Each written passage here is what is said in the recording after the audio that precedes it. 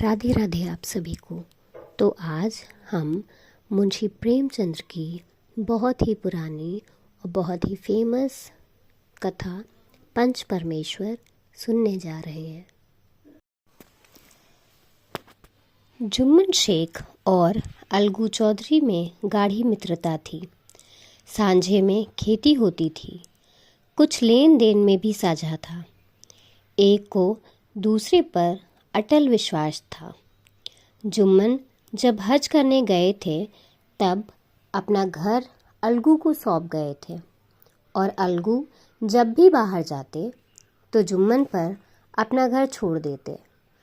उनमें न खान पान का व्यवहार था, न धर्म का नाता, केवल विचार मिलते थे।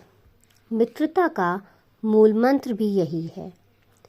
इस मित्रता का जन्म उसी समय हुआ जब दोनों मित्र बालक ही थे और जुम्मन के पूज्य पिताजी जुमराती उन्हें शिक्षा प्रदान करते थे। अलगू ने गुरुजी की बहुत सेवा की थी, खूब रकाबियाँ मांझी, खूब प्याले धोए। उनका हुक्का एक क्षण के लिए भी विश्राम न लेने पाता था, क्योंकि प्रत्येक चिलम अलगू को आधे घंटे तक किताबों से अलग कर देती थी। अलगू के पिता पुराने विचारों के मनुष्य थे। उन्हें शिक्षा की अपेक्षा गुरु की सेवा शुश्रूषा पर अधिक विश्वास था। वह कहते थे कि विद्या पढ़ने से नहीं आती, जो कुछ होता है गुरु के आशीर्वाद से होता है। बस गुरु जी की कृपा दृष्टि चाहिए। अतएव यदि अलगू पर जुमराती शेख के आशीर्वाद अथवा सत्संग का कुछ फल न हुआ तो यह मानकर संतोष कर लेगा कि विद्योपार्जन में उन्होंने यथाशक्ति कोई बात उठा नहीं रखी। विद्या उसके भाग्य में न थी तो कैसे आती। मगर जुमराती शेख स्वयं आशीर्वाद के कायल न थे। उन्हें अपने सोटे पर अधिक भरोसा था और उसी सोटे के प्रताप से आज आसपास के गांवों में जुम्मन की पूजा होती थी। उनके लिए हुए रहनामों या बैनामे पर कचहरी का मुहर्रिर भी कलम ना उठा सकता था। हल्के का डाकिया, कांस्टेबल और तहसील का चपरासी सब उनकी कृपा की आकांक्षा रखते थे। अतएव अलगू का मान उनके धन के कारण था, तो जुम्मन शेख अपनी अनमोल विद्या से ही सबका आदर पात्र बने। जुम्मन शेख की एक बूढ़ी खाला यानी कि मौसी थी। उनके पास कुछ थोड़ी सी मिल्कियत थी, परंतु उनके निकट संबंधियों में कोई न था। जुम्मन ने लंबे चौड़े वादे करके वह मिल्कियत अपने नाम लिखवा ली थी। जब तक दानपात्र की रजिस्ट्री न हुई थी तब तक खालाजान का खूब आदर सत्कार किया गया। उन्हें खूब स्वादिष्ट पदार्थ खिलाए गए। हलवे पुलाव की वर्षा सी की गई। पर रजिस्ट्री की मोहर ने इन खातेदारियों पर भी मानो मोहर सी लगा दी। जुम्मन की पत्नी करीम रोटियों के साथ कड़वी बातों के कुछ तेज तीखे सालन भी देने लगी। जुम्मन शेख भी निष्ठुर हो गए। अब बेचारी खालाजान को प्रायः नित्य ही ऐसी बातें सुननी पड़ती थीं। बुढ़िया ना जाने कब तक जिएगी। 2-3 बीघे ऊसर क्या दे दिया, मानो मोल ले लिया है। बघारी दाल के बिना रोटियां नहीं उतरती। जितना रुपया इसके पेट में झोंक चुके हैं उतने से तो अब तक गांव में मोल ले लेते। कुछ दिन खालाजान ने सुना और सहा, पर जब ना सहा गया तो जुम्मन से शिकायत की। जुम्मन ने स्थानीय कर्मचारी गृहस्वामी के प्रबंध में दखल देना उचित न समझा। कुछ दिन तक और यूं ही रोध होकर काम चलता रहा। अंत में एक दिन खाला ने जुम्मन से कहा, बेटा तुम्हारे साथ मेरा निर्वाह ना होगा, तुम मुझे रुपए दे दिया करो, मैं अपना पका खा लूँगी। जुम्मन ने घृष्टता के साथ उत्तर दिया, रुपये क्या यहाँ फलते हैं? खाला ने नम्रता से पूछा, मुझे कुछ रूखा सूखा चाहिए भी कि नहीं? जुम्मन ने गंभीर स्वर में जवाब दिया, तो कोई या थोड़े ही समझा था कि तुम मौत से लड़कर आई हो। खाला बिगड़ गई, उन्होंने पंचायत करने की धमकी दी। जुम्मन हंसे, जिस तरह कोई शिकारी हिरन को जाल की तरफ जाते देखकर मन ही मन हंसता है। वह बोले, हाँ ज़रूर पंचायत करो, फैसला हो जाए, मुझे भी यह रात दिन की खटखट पसंद नहीं। पंचायत में किसकी जीत होगी, इस विषय में जुम्मन को कुछ भी संदेह न था। आसपास के गांव में ऐसा कौन था जो उसके अनुग्रहों का ऋणी ना हो? ऐसा कौन था जो उसको शत्रु बनाने का साहस कर सके? किसमें इतना बल था जो उसका सम्मान ना कर सके या सामना ना कर सके? आसमान के फरिश्ते तो पंचायत करने आएंगे नहीं। इसके बाद कई दिन तक बूढ़ी खाला हाथ में एक लकड़ी लिए आसपास के गांवों में दौड़ती रही। कमर झुककर कमान हो गई थी, एक एक पग चलना दूभर था, मगर बात आ पड़ी थी, उनका निर्णय करना ज़रूरी था। बिरला की कोई भला आदमी होगा जिसके सामने बुढ़िया ने दुख के आंसू ना बहाए हों। किसी ने तो यूं ही ऊपरी मन से हूँ हाँ करके टाल दिया, और किसी ने इस अन्याय पे ज़माने को गालियाँ दी। कहा, कब्र में पाँव लटके हैं, आज मरे कल दूसरा दिन, पर हवस नहीं मानती। अब तुम्हें क्या चाहिए? रोटी खाओ और अल्लाह का नाम लो। तुम्हें अब खेती बाड़ी से क्या काम है? कुछ ऐसे सज्जन भी थे जिन्हें हास्य रस के रसास्वादन का अच्छा अवसर मिला। झुकी हुई कमर, पोपला मुंह, सनके से बाल, इतनी सामग्री एकत्र हो तब हंसी क्यों ना आवे? ऐसे न्यायप्रिय दयालु दीन वत्सल्य पुरुष बहुत कम थे जिन्होंने उस अबला के दुखड़े को गौर से सुना हो और उसको सांत्वना दी हो। चारों ओर से घूम घाम कर बेचारी अलगू चौधरी के पास आई, लाठी पटक दी और दम लेकर बोली, बेटा तुम भी दम भरने के लिए मेरी पंचायत में चले आना। अलगू, मुझे बुलाकर क्या करोगी? कई गांव के आदमी तो होंगे ही। खाला, अपनी विपत तो सबके आगे रोवाई, अब आने ना आने का अख्तियार उनको है। अलगू, यूँ आने को आ जाऊंगा मगर पंचायत में मुंह ना खोलूँगा। खाला, क्यों बेटा? अलगू, अब इसका क्या जवाब दूँ? अपनी खुशी, जुम्मन मेरा पुराना मित्र है, उससे बिगाड़ नहीं कर सकता। खाला, बेटा क्या बिगाड़ के डर से ईमान की बात ना कहोगे? हमारे सोए हुए धर्म ज्ञान की सारी संपत्ति लुट जाए तो उसे खबर नहीं होती, परंतु ललकार सुनकर वह सचेत हो जाता है, फिर उसे कोई जीत नहीं सकता। अलगू इस सवाल का कोई उत्तर ना दे सका, पर उसके हृदय में ये शब्द गूंज रहे थे, क्या बिगाड़ के डर से ईमान की बात ना कहोगे? संध्या समय एक पेड़ के नीचे पंचायत बैठी। शेख जुम्मन ने पहले से ही फर्श बिछा रखा था। उन्होंने पान, इलायची, हुक्के, तंबाकू आदि का प्रबंध भी किया था। हाँ, वह स्वयं अलबत्ता अलगू चौधरी के साथ ज़रा दूर पर बैठे हुए थे। जब पंचायत में कोई आ जाता था तब दबे हुए सलाम से उनका स्वागत करते थे। जब सूर्यास्त हो गया और चिड़ियों की कलर युक्त पंचायत पेड़ों पर बैठी, तब यहाँ भी पंचायत शुरू हुई। फर्श की एक एक अंगुल ज़मीन भर गई, पर अधिकांश दर्शक ही थे। निमंत्रित महाशयों में से केवल वही लोग पधारे थे जिन्हें जुम्मन से अपनी कुछ कसर निकालनी थी। एक कोने में आग सुलग रही थी। नाई ताबड़तोड़ चिलम भर रहा था। यह निर्णय करना असंभव था कि सुलगते हुए उपलों से अधिक धुआं निकलता था या चिलम के दमों से। लड़के इधर उधर दौड़ रहे थे।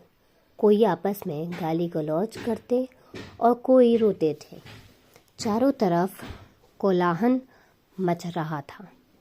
गांव के कुत्ते इस जमाव को भेजकर समझकर झुंड के झुंड जमा हो रहे थे।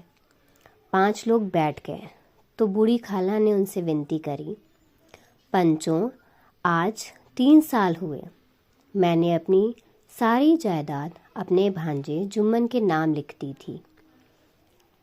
इसे आप लोग जानते ही होंगे।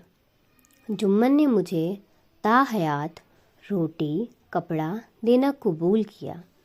साल भर तो मैंने इसके साथ रो धोकर काटा, पर अब रात दिन का रोना नहीं सहा जाता। मुझे न पेट की रोटी मिलती न तन का कपड़ा। बेबस बेवा हूँ। कचहरी दरबार नहीं कर सकती।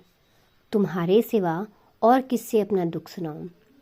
तुम लोग जो राह निकाल दो उसी राह पर चलो। अगर मुझ में कोई ऐब देखो तो मेरा मुंह पे थप्पड़ मारो। जुम्मन में बुराई देखो तो उसे समझाओ, क्योंकि एक बेबस की आह लेती है। मैं पंचों का हुक्म सिर माथे पर चढ़ाऊंगी। रामधन मिश्र, जिनके कोई असामियों के जुम्मन ने अपने गांव में बसा लिए थे, बोले, जुम्मन मियाँ, किसे पंच बदे हो? अभी से इसका निपटारा कर लो, फिर जो कुछ पंच कहेंगे वही मानना पड़ेगा। जुम्मन को इस समय सदस्यों में विशेषकर वो लोग ही दिख पड़े जिनसे किसी न किसी कारण उसका वैमनस्य था। जुम्मन बोले, पंचों का हुक्म अल्लाह का हुक्म है। खाला जान जिसे चाहे उसे बदें, मुझे कोई अज्र नहीं। खाला ने चिल्लाकर कहा, अरे अल्लाह के बंदे, पंचों का नाम क्यों नहीं बता देता? कुछ मुझे भी तो मालूम हो। जुम्मन ने क्रोध में कहा, अब इस वक्त मेरा मुंह न खुलवाओ। तुम्हारी बन पड़ी है, जिसे चाहो पंच बदो। खाला जान जुम्मन के आक्षेप को समझ गईं। वहीं बोली, बेटा, खुद से डरो। पंच ना किसी के दोस्त होते हैं ना किसी के दुश्मन। कैसी बात कहते हो? और तुम्हारा किसी पर विश्वास ना हो तो जाने दो। अलगू चौधरी को तो मानते हो? लो, मैं उसे ही सरपंच बताती हूँ। जुम्मन शेख आनंद से फूल उठे, परंतु भावों में छिपकर बोले, अलगू ही सही, मेरे लिए जैसे रामधन वैसे अलगू। अलगू इस झमेले में फंसना नहीं चाहते थे। वे कन्नी काटने लगे। बोले, खाला, तुम जानती हो कि मेरी जुम्मन से गाढ़ी दोस्ती है। खाला ने गंभीर स्वर में कहा, बेटा, दोस्ती के लिए कोई अपना ईमान नहीं बेच देता। पंच के दिल में खुदा बसता है। पंचों के मुख से जो बात निकलती है वह खुदा की तरफ से निकलती है। अलगू चौधरी सरपंच हुए। रामधन मिश्र और जुम्मन के दूसरे विरोधियों ने बुढ़िया को मन में बहुत कोसा। अलगू चौधरी बोले, शेख जुम्मन, हम और तुम पुराने दोस्त हैं। जब काम पड़ा तुमने हमारी मदद की है और हम भी जो कुछ बन पड़ा तुम्हारी सेवा करते हैं। मगर इस समय तुम और बूढ़ी खाला दोनों हमारी निगाह में बराबर हो। तुमको पंचों से जो कुछ अर्ज करनी है करो। जुम्मन को पूरा विश्वास था कि अब बाजी मेरी है। अलगू यह सब दिखावे की बातें कर रहा था। अतएव शांत चित्त होकर बोले, पंचों, 3 साल हुए खाला जान ने अपनी जायदाद मेरे नाम हिब्बा कर दी थी। मैंने उन्हें ताहयात खाना कपड़ा देना कबूल किया था। खुदा गवाह है, आज तक मैंने खाला जान को कोई तकलीफ़ नहीं दी। मैं उन्हें अपनी माँ के समान समझता हूँ। उनकी खिदमत करना मेरा फ़र्ज़ है, मगर औरतों में ज़रा अनबन रहती है, उसमें मेरा क्या बस है। खालाजान मुझे महावर खर्च अलग मांगती हैं। जायदाद जितनी है वह पंचों से छिपी नहीं है। उससे इतना मुनाफा नहीं होता कि महावर खर्च दे सकूं। इसके अलावा हिब्बानामों में महावर खर्च का कोई जिक्र नहीं तो मैं भूल कर भी इस झमेले में ना पड़ता। बस मुझे यही कहना है, आइंदा पंचों का अख्तियार है, जो फैसला चाहें वो करें। अलगू चौधरी को हमेशा कचहरी से काम पड़ता था, अतएव वह पूरी कानूनी आदमी था। उसने जुम्मन से जिरह शुरू करी। एक एक प्रश्न जुम्मन के हृदय पर हथौड़े की चोट की तरह पड़ता था। रामधन मिश्र इन प्रश्नों पर मुग्ध हुए जाते थे। जुम्मन चकित थे कि अलगू को क्या हो गया है। अभी यह अलगू मेरे साथ बैठा हुआ कैसी कैसी बातें कर रहा था, इतनी देर में ऐसी काया पलट हो गई कि मेरी जड़ से खोदने पर तुला हुआ है। ना मालूम कब की कसर यहाँ निकाल रहा है। क्या इतने दिनों की दोस्ती कुछ भी काम ना आवेगी? जुम्मन शेख तो इसी संकल्प विकल्प में पड़े हुए थे कि इतने में अलगू ने फैसला सुनाया। जुम्मन शेख, पंचों ने इस मामले पर विचार किया। उन्हें यह नीति संगत मालूम होता है कि खालाजान को महावर खर्च दिया जाए। हमारा विचार है कि खाला की जायदाद से इतना मुनाफा अवश्य होता है कि महावर खर्च दिया जा सके। बस यही हमारा फैसला है। अगर जुम्मन को खर्च देना मंजूर ना हो तो हिब्बानामा रद्द समझा जाए। यह फैसला सुनते ही जुम्मन सन्नाटे में आ गया। जो अपना मित्र हो वह शत्रु का व्यवहार करे और गले पर छुरी फेंके, इस समय के हेर फेर के सिवा और क्या कहें। जिस पर पूरा भरोसा था उसने समय पकड़ने पर धोखा दे दिया। ऐसे ही अवसरों पर झूठे सच्चे मित्र की परीक्षा की जाती है। यही कलयुग की दोस्ती है। अगर लोग ऐसे कपटी धोखेबाज ना हो तो देश में आपत्तियों का प्रकोप क्यों होता। यह हैजा फ्लैग आदि व्यधियों दुष्कर्मों के ही दंड है। मगर रामधन मिश्र और अन्य पंच अलगू चौधरी की इस नीति परायणता की प्रशंसा जी खोल कर रहे थे। वे कहते, इसका नाम पंचायत है। दूध का दूध और पानी का पानी कर दिया। दोस्ती दोस्ती की जगह, किंतु धर्म का पालन करना मुख्य है। ऐसे ही सत्यवादियों के बल पर पृथ्वी ठहरी है, नहीं तो वह कब की रसातल को चली जाती। इस फैसले ने अलगू और जुम्मन की दोस्ती की जड़ से नींव हिला दी। अब वे साथ साथ बातें करते नहीं दिखते। इतनी पुरानी मित्रता रूपी वृक्ष सत्य का एक झोंका भी ना सह सका। सचमुच वह बालू की ही जमीन पर खड़ा था। उनमें अब शिष्टाचार का अधिक व्यवहार होने लगा। एक दूसरे की आव भगत ज़्यादा करने लगे। वे मिलते जुलते थे, मगर उसी तरह जैसे तलवार से ढाल मिलती है। जुम्मन के चित्त में मित्र की कुटिलता आठों पैर खटकती रहती थी। उसे हर घड़ी यही चिंता रहती कि किसी तरह बदला लेने का अवसर मिले। अच्छे कामों की सिद्धि में बड़ी देर लगती है, पर बुरे कामों की सिद्धि में यह बात नहीं होती। जुम्मन को भी बदला लेने का अवसर जल्द ही मिल गया। पिछले साल अलगू चौधरी बटेसर से बैलों की एक बहुत अच्छी गोई मोल लाए थे। बैल पचाही जाति के सुंदर बड़े बड़े सींगों वाले थे। महीनों तक आसपास के गांव के लोग दर्शन करते रहे। दैवयोग से जुम्मन की पंचायत के 1 महीने के बाद इस जोड़ी का एक बैल मर गया। जुम्मन ने दोस्तों से कहा, यह दगाबाजी की सज़ा है। इंसान सब्र भले ही कर जाए, पर खुदा नेको बद सब देखता है। अलगू को संदेह हुआ कि जुम्मन ने बैल को विष दिया है। चौधराइन ने भी जुम्मन पर ही इस दुर्घटना का दोषारोपण किया। उसने कहा, जुम्मन ने कुछ करा दिया है। चौधराइन और करीमन ने इस विषय पर एक दिन खूब ही विवाद हुआ। दोनों देवियों ने शब्द बहुल की नदी बहा दी। व्यंग व क्रोध, अन्योक्त और उपमा आदि अलंकारों में बातें हुई। जुम्मन ने किसी तरह शांत स्थापित की। उन्होंने अपनी पत्नी को डांट डपट कर समझा दिया। वह उसे उस रणभूमि से हटा भी ले गए। उधर अलगू चौधरी ने समझाने बुझाने का काम अपनी तर्कपूर्ण सोटे से लिया। अब अकेला बैल किस काम का? उसका जोड़ बहुत बढ़िया गया। उसका जोड़ बहुत ढूंढा गया पर ना मिला। निदान यह सलाह ठहरी कि उसे बेच डालना चाहिए। गांव में एक समझू साहू थे। वह इक्का गाड़ी हाँकते थे। गांव के गुड़ घी लाद कर मंडी ले जाते थे। मंडी से तेल नमक भर लाते थे और गांव में बेचते थे।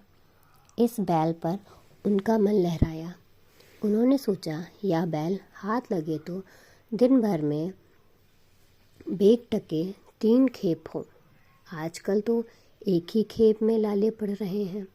बैल देखा, गाड़ी में दौड़ाया, बाल भौरी की पहचान कराई, मोल तोल किया और उसे लाकर द्वार पर ही बांध दिया। 1 महीने में दाम चुकाने का वादा ठहरा। चौधरी को भी गरज थी, घाटे की परवाह न की। समझू साहू ने नया बैल पाया तो लगे उसे रौंदने। वह दिन में 3-3, 4-4 खेपे करने लगे। न चारे की फिक्र थी न पानी की, बस खेपों से काम करता था। मंडी में लाए, वहाँ कुछ सूखा भूसा सामने डाल दिया। बेचारा जानवर अभी दम भी ना ले पाया था कि फिर जोत दिया। अलगू चौधरी के घर था तो 3 की बंशी बचती थी। बैलराम छठे छमाहे कभी बहली में जोते जाते थे। खूब उछलते कूदते और कोसों तक दौड़ते चले जाते थे। वहाँ बैलराम का रातिब था। साफ पानी, दली हुई अरहर की दाल और भूसे के साथ खली, और यही नहीं, कभी कभी घी का स्वाद भी चखने को मिल जाता था। शाम सवेरे एक दिन एक आदमी खरहरे करता, पोंछता और सहलाता था। कहाँ वह सुख चैन, कहाँ यह 8 पहर की खपत। महीने भर ही में वह पिस सा गया। इक्के का जुआं देखते ही उसका लहू सूख जाता था। एक पल चलना दूभर था। हड्डियाँ निकल आई थी, पर था वह पानीदार। मार की बर्दाश्त न थी। एक दिन चौथी खेत में साहू जी ने दूना बोझ लादा। दिन भर का थका जानवर पैर न उठते थे, पर साहू जी के कोड़े फटकारने लगे। बस फिर क्या था, बैल कलेजा तोड़ कर चला। कुछ दूर दौड़ा और चाहा कि ज़रा दम ले लूं, पर साहू जी को जल्द पहुंचने की फिक्र थी। अतएव उन्होंने एक कोड़ी बड़ी निर्दयता से फटकारे। बैल ने एक बार फिर जोर लगाया, पर अब की बार शक्ति ने जवाब दे दिया।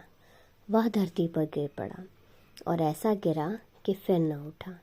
साहू जी ने बहुत पीटा, टांग पकड़कर खींची, नथनों में लकड़ी ठूंस दी, पर कहीं मृतक भी उठ सकता है।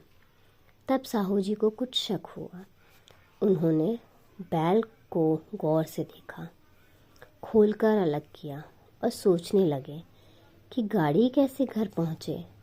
बहुत चीखे चिल्लाए, पर देहात का रास्ता बच्चों की आँख की तरह सांझ होते ही बंद हो जाता है। कोई नज़र न आया। आसपास कई गांव भी न थे।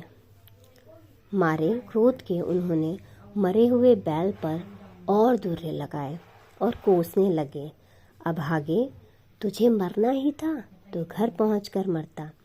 ससुरा बीच रास्ते में मर गया, अब गाड़ी कौन खींचे। इस तरह साहू जी खूब चले जले भुने।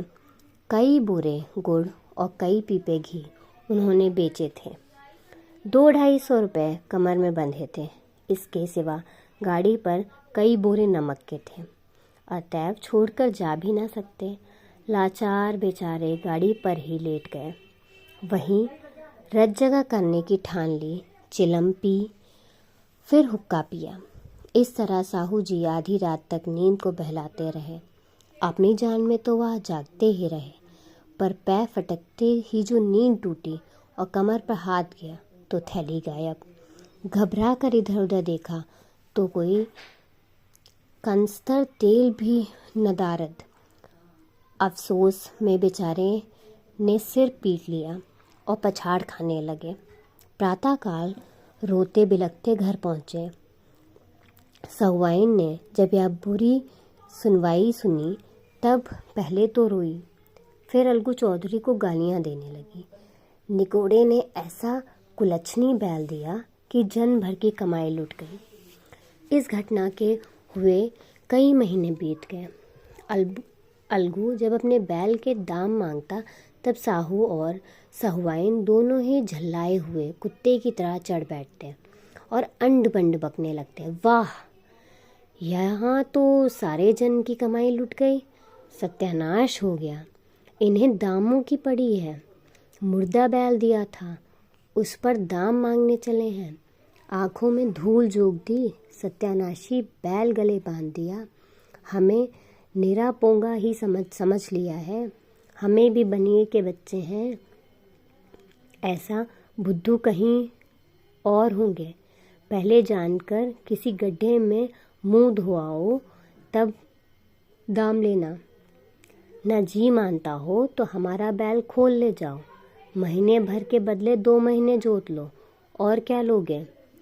चौधरी के अशुभ चिंतकों की कमी न थी। ऐसे अवसरों पर वे भी एकत्र हो जाते और साहू जी के बर्राने की पुष्टि करते। परंतु 150 रुपये से इस तरह हाथ धो लेना आसान न था। एक बार वह भी गर्म पड़े। साहू जी ने बिगड़ कर लाठी ढूंढने घर में चले गए। अब सहुआइन ने मैदान लिया। प्रश्नोत्तर होते होते हाथापाई की नौबत आ पहुंची। सहुआइन ने घर में घुसकर किवाड़ बंद कर लिए। शोरगुल सुनकर गांव के भले मानस जमा हो गए। उन्होंने दोनों को समझाया, साहू जी को दिलासा देकर घर से निकाला। वह परामर्श देने लगे कि इस तरह से काम न चलेगा। पंचायत कर लो, जो कुछ तय हो जाए उसे स्वीकार कर लो। पंचायत की तैयारी होने लगी। दोनों पक्षों ने अपने अपने दल बनाने शुरू किए। इसके बाद तीसरा दिन उसी वृक्ष के नीचे पंचायत बैठी। वहीं संध्या का समय था। खेतों में कौवे पंचायत कर रहे थे। विवादग्रस्त विषय था यह कि मटर की फलियां पर उनका कोई स्वतव्य हो या नहीं, और जब तक यह प्रश्न हल न हो जाए तब तक वे रखवाले की पुकार पर अपनी अप्रसन्नता प्रकट करना आवश्यक समझते थे।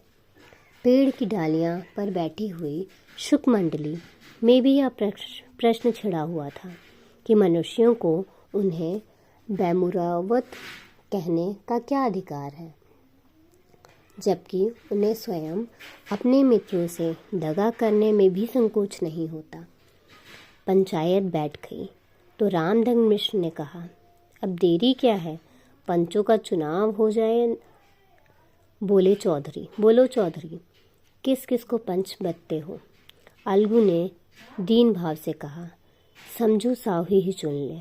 समझू खड़े हुए और कड़ कर बोले, मेरी ओर से जुम्मन शेख। जुम्मन का नाम सुनते ही अलगू का कलेजा धक धक करने लगा, मानो किसी ने अचानक थप्पड़ मार दिया हो। रामधन मिश्र अलगू के मित्र थे। यह बात तो ताड़ गए। पूछा, तो चौधरी तुम्हें कोई अर्ज तो नहीं। चौधरी ने निराश होकर कहा, नहीं, मुझे क्या अज़्र होगा। अपने उत्तरादित्व का ज्ञान बहुधा हमारे संकुचित व्यवहारों का सुधारक होता है। जब हम राह भूलकर भटकने लगते हैं तब यही ज्ञान हमारी विश्वसनीय पथ प्रदर्शन बन जाता है। पत्र संपादन अपनी शांति कुटी में बैठा हुआ था। कितनी घृष्टता और स्वतंत्रता के साथ अपनी प्रबल लेखनी से मंत्रिमंडल पर आक्रमण करता है, परंतु ऐसे अवसर आते हैं जब वह स्वयं मंत्रिमंडल में सम्मिलित होता है।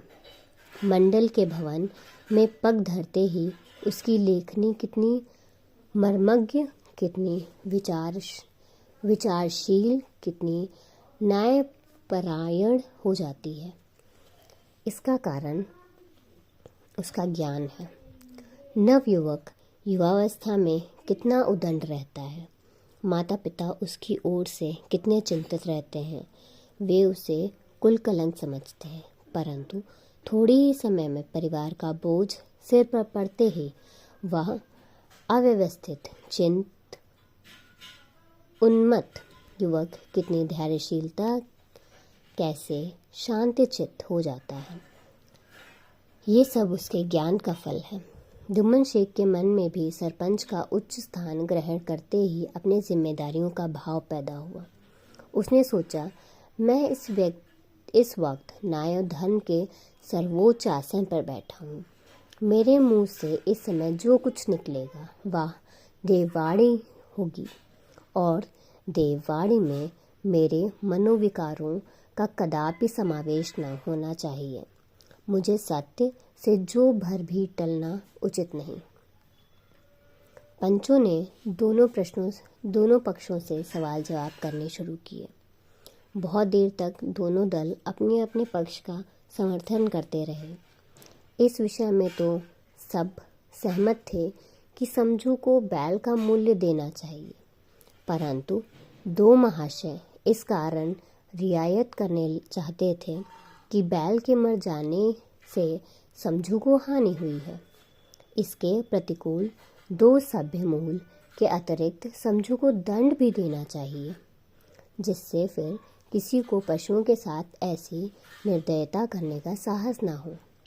अंत में जुम्मन शेख ने फैसला सुनाया, अलगू चौधरी और समझू साहू, पंचों ने तुम्हारे मामले पर अच्छी तरह विचार किया। समझू को उचित है कि बैल का पूरा दाम देना चाहिए। जिस वक्त उन्होंने बैल लिया उसे कोई बीमारी न थी। अगर उसी समय दाम दे दिए जाते तो आज समझू उसे फेर लेने का आग्रह न करते। बैल की मृत्यु केवल इस कारण से हुई कि उससे बड़ा कठिन परिश्रम लिया गया और उसके दाने चारे का कोई अच्छा प्रबंध न किया गया। रामधन बोले, समझू ने बैल को जानबूझकर मारा, अतएव उससे दंड देना चाहिए। जुम्मन बोले, यह दूसरा सवाल है, हमको इससे कोई मतलब नहीं। झगड़ू साहू ने कहा, समझू के साथ कुछ रियायत होनी चाहिए। जुम्मन बोले, यह अलगू चौधरी की इच्छा पर निर्भर करता है। यह रियायत कर रहे तो उनकी मर्जी। अलगू चौधरी फूले न समाये, उठ खड़े हुए और जोर से बोले, पंच परमेश्वर की जय। इसके साथ ही चारों ओर से प्रतिध्वनि हुई, पंच परमेश्वर की जय। प्रत्येक मनुष्य जुम्मन की नीति को सराहता था। इसे कहते हैं न्याय।